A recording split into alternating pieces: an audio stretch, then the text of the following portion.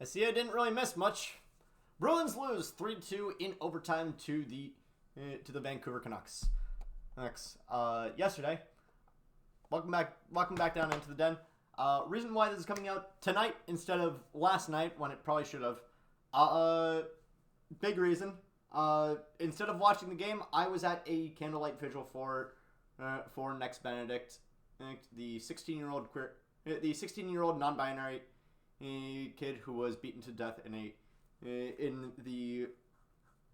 the bathroom of in one of the bathrooms of their high school.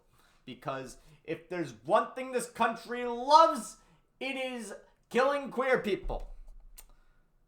Anyway, that is why I did not watch the game last night. I had more important things to do. Also, afterwards I was hanging out with friends for a little bit of comfort.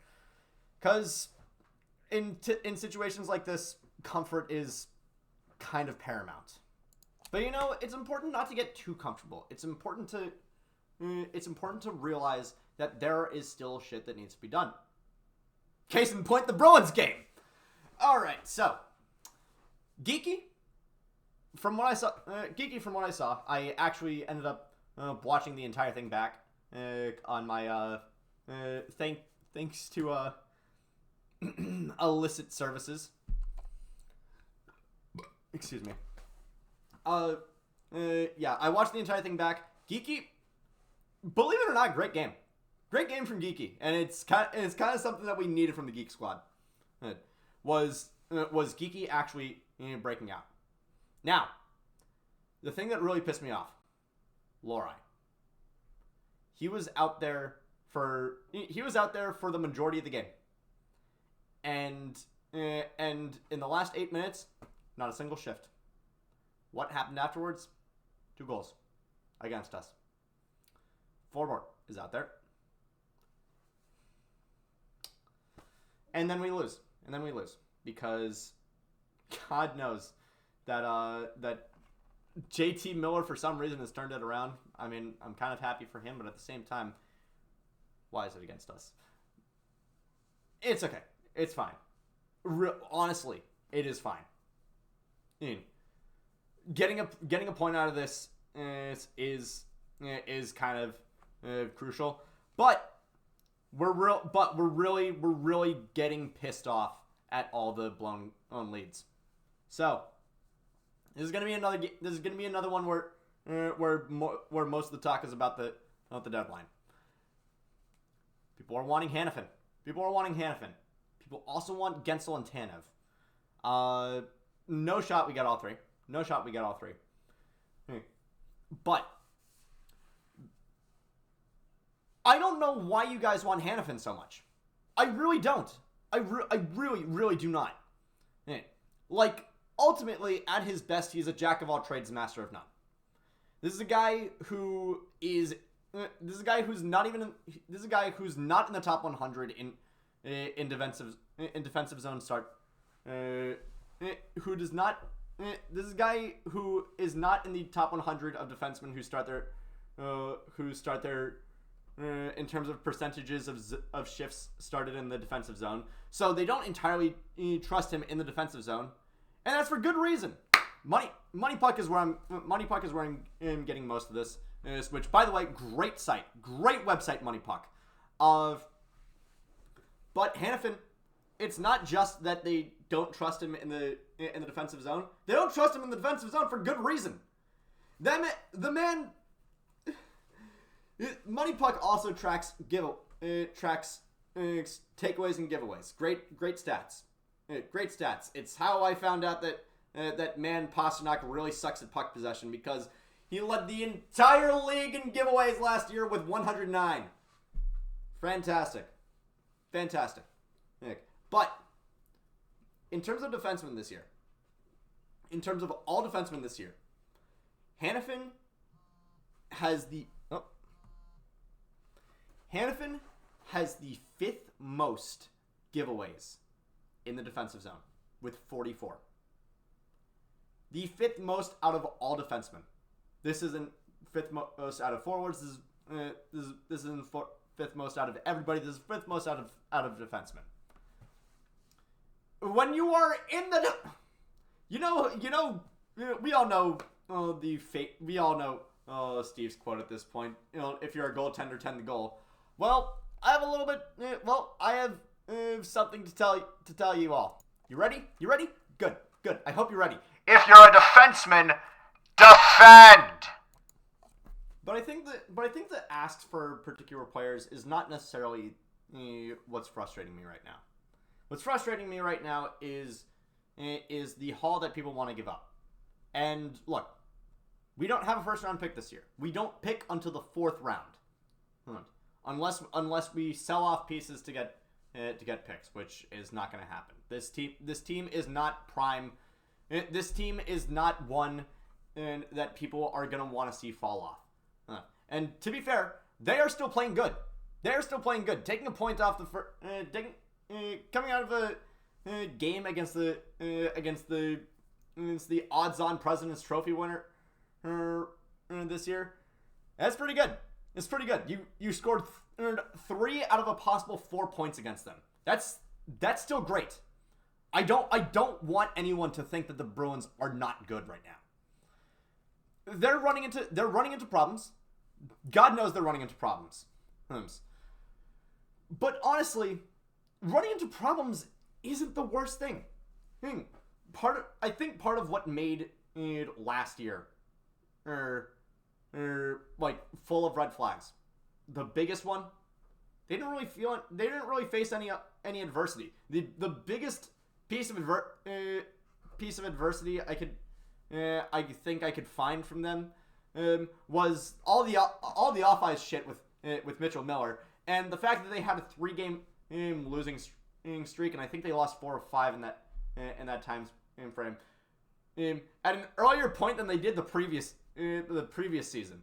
I remember that. That was like, wait, this team is on track to set the record for the best season in NHL history, and they still somehow managed to lose 4 of 5 and also have a 3-game losing streak in a sooner time frame than they did last year, than they did the year before.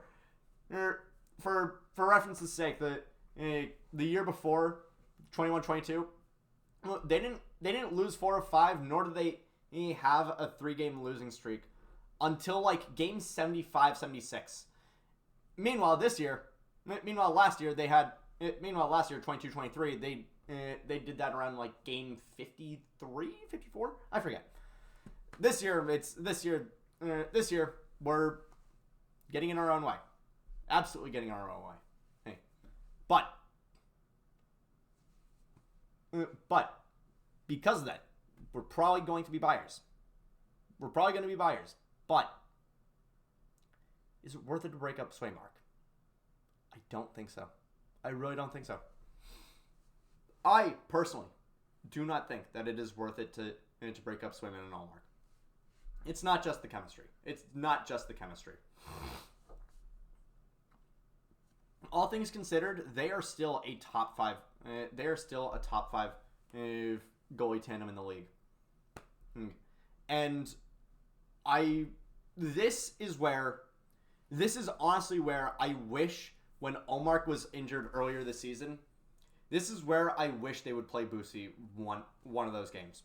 I wish they had played Brandon Boosie one of those games, just so that we had an idea of how he would produce at the NHL level. Now I know, what is it? The Wild had Jesper Wallstedt up for a game. He let in 7 goals and then promptly set him back down. And to be fair, that was a shit game from Wallstedt. It also was one game. It was one game. Not all the time are you going to let in 7 goals. And yes, it's a bad first impression, but it's only his first start. It was only his first start. So that basically means that first impressions are not necessarily what you're going to get. They're not necessarily indicative of a full season, of a full career. The best example I can choose from really anything, from any sport, It is Daniel Nava. Daniel Nava, 2013. What was it? It was actually, I think it was 2012 Red Sox. What early 2010s Red Sox. I remember Daniel Nava square in my head. First pitch grand slam. The first pitch he ever saw in the MLB, grand slam. And then for the rest of his career, he was just mid at best. Another great example, Marcus Mariota, quarterback for the Tennessee Titans. He in his first ever start, he had a perfect passer rating of 158.3, and for the rest of his career, he was mid. So who knows? So Jesper Wallsted's 7-goal disaster. That's not something that the Wild should necessarily use as a benchmark for the rest of his career. Just as the Bruins should not use whatever ends up being the first. Just as the Bruins should not use whatever ends up being the first start of Boosie's career to lay out the rest of his career. But I still wish we got that first impression. Just so we know what he is potentially capable of. I would still not use it as a benchmark to assess whether or not we should get rid of Allmark. And I still don't think we should. If the Bruins were smart, if the Bruins were absolutely smart, they'd stay pat at the deadline. They would stay pat at the deadline. And wait until Lindholm gets healthy, and then kick Forbort out of the lineup. You need to. They're not going to. They're not going to kick Forbort out of the lineup. But you can't. I really don't think that the Bruins need to make a trade. The Bruins don't need to make a trade. For the first time in your career, Sweeney, I'm telling you to stay pat. I'm telling you to stay. You need to stay pat. You've gotten into the practice of making a pretty big splash at the deadline.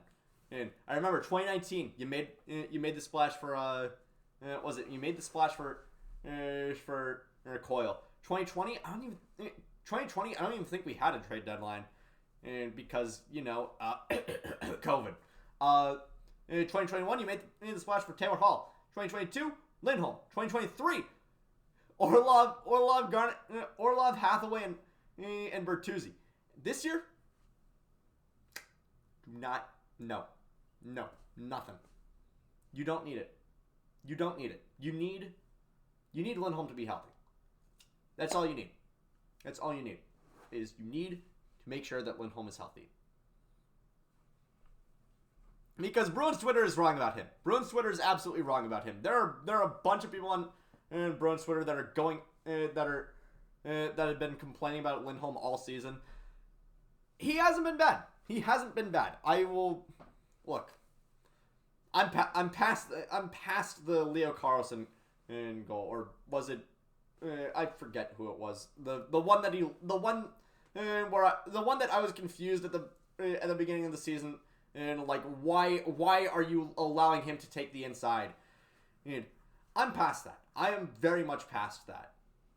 Because we don't need to keep that memory in our head for the entire season. People fuck up. God knows I fucked up. God knows you fucked up. I know you have. Do not try and tell me that you have not messed up at any point in your life. Let's not make the 2024 deadline one of those fuck ups. Oh yeah, the game. I still don't think that this is cause for panic for the Bruins. I really don't think so. Our next game is against the Kraken. Oh, God, another freaking 10 o'clock. Another 10 o'clock puck drop. Great. Frick. Another 10 o'clock puck drop. Stock up on 5-hour energy, everybody. And that's basically it.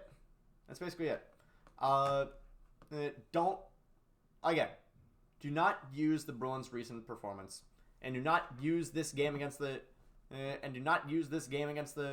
Canucks as a benchmark for assessing the Bruins. All right, take care. I'll see you on Monday.